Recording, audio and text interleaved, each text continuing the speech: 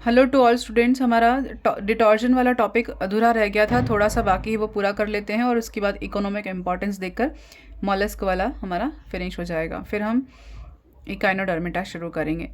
The phenomenon of डिटॉर्जन can दस B elaborate as follows, यानी कि डिटॉर्जन की जो प्रोसेस है उसको हम इस घटना को निम्न तरीके से बता सकते हैं। सबसे पहली जो प्रोसेस है, in some cases the right ctenidium originally left and the ostridium are absent. Number one is, in some cases the right टिनिडियम and the ostridium are absent, यानी कि कुछ केसेस में क्या होता है, टिनिडियम और ऑस्प्रेडियम ये दोनों क्या है, एब्सेंट हो सकते हैं, राइट पार्ट ऑफ टिनिडियम। फिर इलियोस या इयोलिस के वेलिजर लार्वा में टॉर्जन की प्रोसेस के द्वारा क्या होता है, इंटरनल जो ऑर्गन है या हम्प है वो क्या हो जाएगा, कॉइल्ड हो जाता है। और लेकिन इसके एडल्ट होने पर इसका कोई भी चिन्ह इसके शरीर में दिखाई नहीं देता, यानी कि डिटॉर्जन हो जाता है, इसीलिए कोई निशान भी नहीं रह जाता और पता नहीं लगता कि इसमें टॉर्जन हुआ था कभी, तो ऐसा कोई साइन भी नहीं रह जाता। और जो मेंटल कॉम्प्लेक्स होता है वो पीछे की ओर रहता है और इनके बाद के परिवर्धन में, इनमें बाद के डेवलपमेंट में डिटॉर्जन हुआ होगा ऐसा देखा जाता है। इट मीन्स इयोलिस में क्या है, there is veliger larva with a coiled visceral hump that undergoes torsion but adult do not show any sign and the pallial complex is posteriorly placed in adult.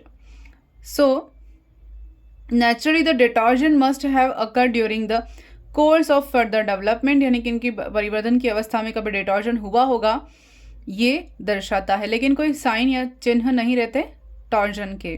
किसमें, वेलिजर लार्वा किसके, इयोलिस के। फिर इन पल्मोनेटा में क्या होता है, the pallial complex is shifted but there is no chiastoneury as a result of shortening of visceral commissure the pleurovisceral's mass and so that caestonury is secondarily lost।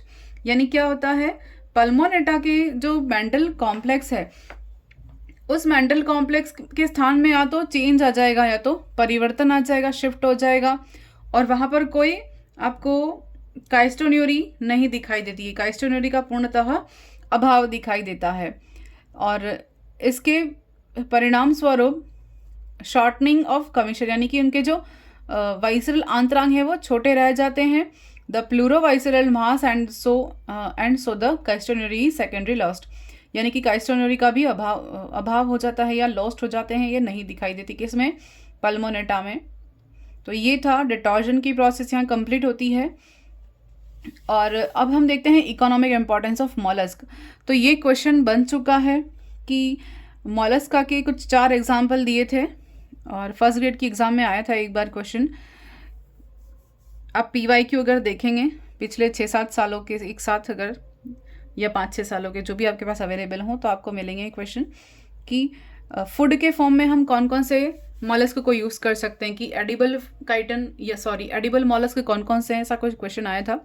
तो chiton है, उसे खा सकते हैं, हेलिक्स पोमेटिया, या हम कहेंगे जो स्नेल है उसका साइंटिफिक नेम है ये, पायला है, ऑयस्टर है, स्कैलोप्स है, मराइन मसल है, claim, squids, cuttle fish, devil fish यानी ऑक्टोपस, सिपिया, लोलिगो, ये इन सभी को हम खा सकते हैं। मतलब हम यानी कि कई देशों में इन्हें खाया जाता है।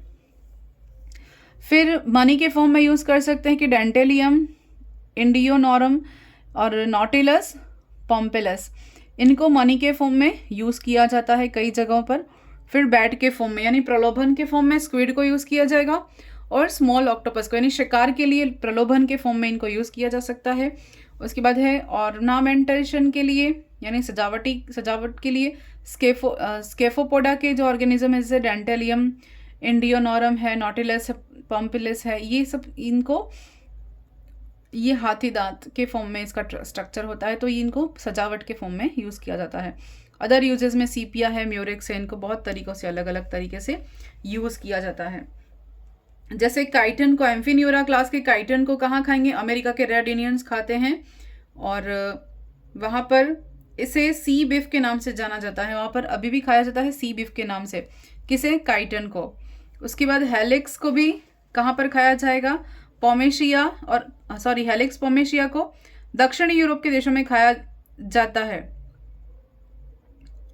और हेलियोटिस और पाइला को न्यूयॉर्क में, कैलिफोर्निया में और साउथ इंडिया में खाया जाता है। कॉमन फूड है इनका। उसके बाद पैलिसिपोडा का जो बाइवॉल्व है यानी सीपिया, इन्हें भी खाया जाता है अमेरिका में। उसके बाद सिफिलोपॉड्स के जो स्क्वीड्स हैं, कटल फिश हैं, ये सब, डेविल फिश, सीपिया, इन सबको भी मार्केट में बेचा जाता है। यूरोपीय देशों में इन्हें खाया जाता है। तो ये था इकोनॉमिक इम्पोर्टेंस मोलस्का का। Thank you.